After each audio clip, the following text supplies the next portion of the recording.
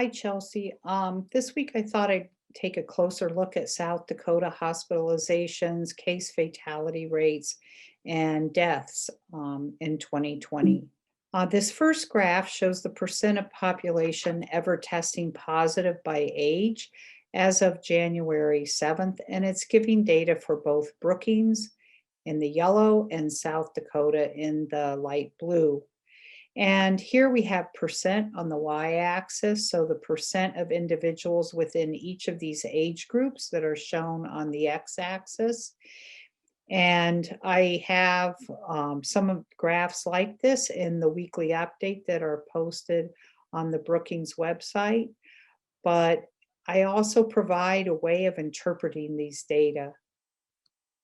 So here, the way you would read it is that 6.5% of the Brookings County residents age 60 to 69 have tested positive for COVID, compared to 10.5% of South Dakotans age 60 to 69. And you can see that in almost all age groups, Brookings has a lower percent of its residents testing positive than the state as a whole, except when we're talking about the less than 20 age group, where Brookings County has 9.5% compared to South Dakota's 6.3%. This is one of the slides that's updated weekly, and in that weekly update that the city posts, and this one is the percent of cases ever hospitalized by age. And you can see that there's a definite increase. Less than 1% of individuals less than 20 have been hospitalized, and it increases quite dramatically with age, going up to close to 27% of 80-year-olds and older. I think it's important to see that this disease does, or this virus does, affect younger individuals as well, with 3% of the 40 to 49-year-olds being hospitalized, and even 1.5% of the 20 to 29-year-olds. Another graph that's provided is the case fatality rates by age. This was updated on January 7th, and I've provided as a comparison the case fatality rates that are being observed in Minnesota. I was able to find sufficient data on the Minnesota Department of Health website to be able to calculate these case fatality rates. But you can see that for ages below 60, the case fatality rate is less than 1%. But it starts rising around in the 60 to 69 year age group. It's 1.8%. Who are of those individuals who are diagnosed with COVID died.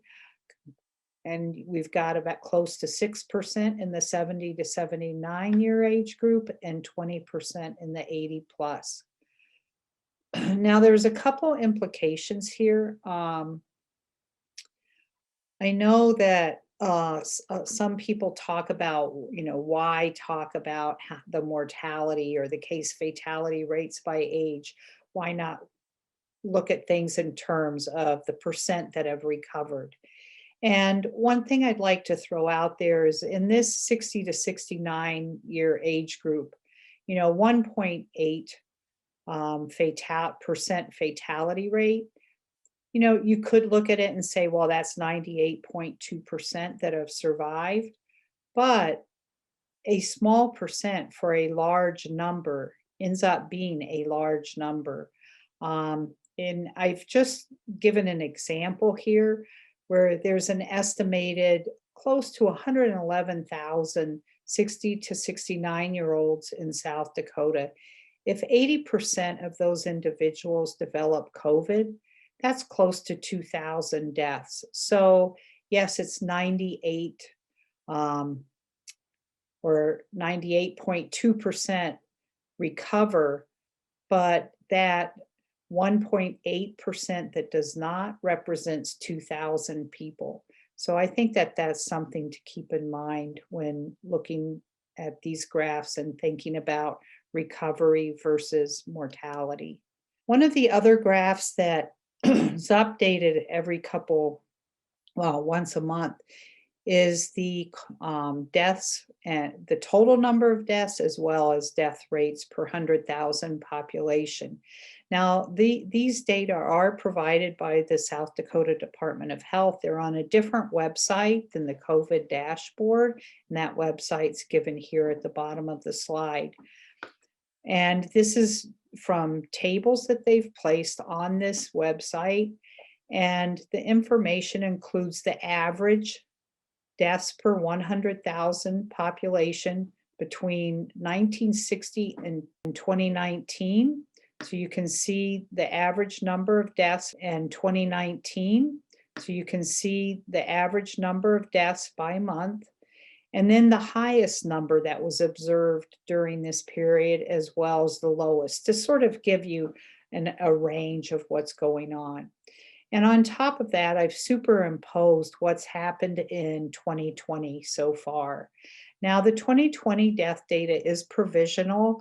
The Department of Health finalizes this data set, and they're in the process of doing that right now. So in probably 4 months, they'll have a final version of the death data, but right now these numbers can change for 2020.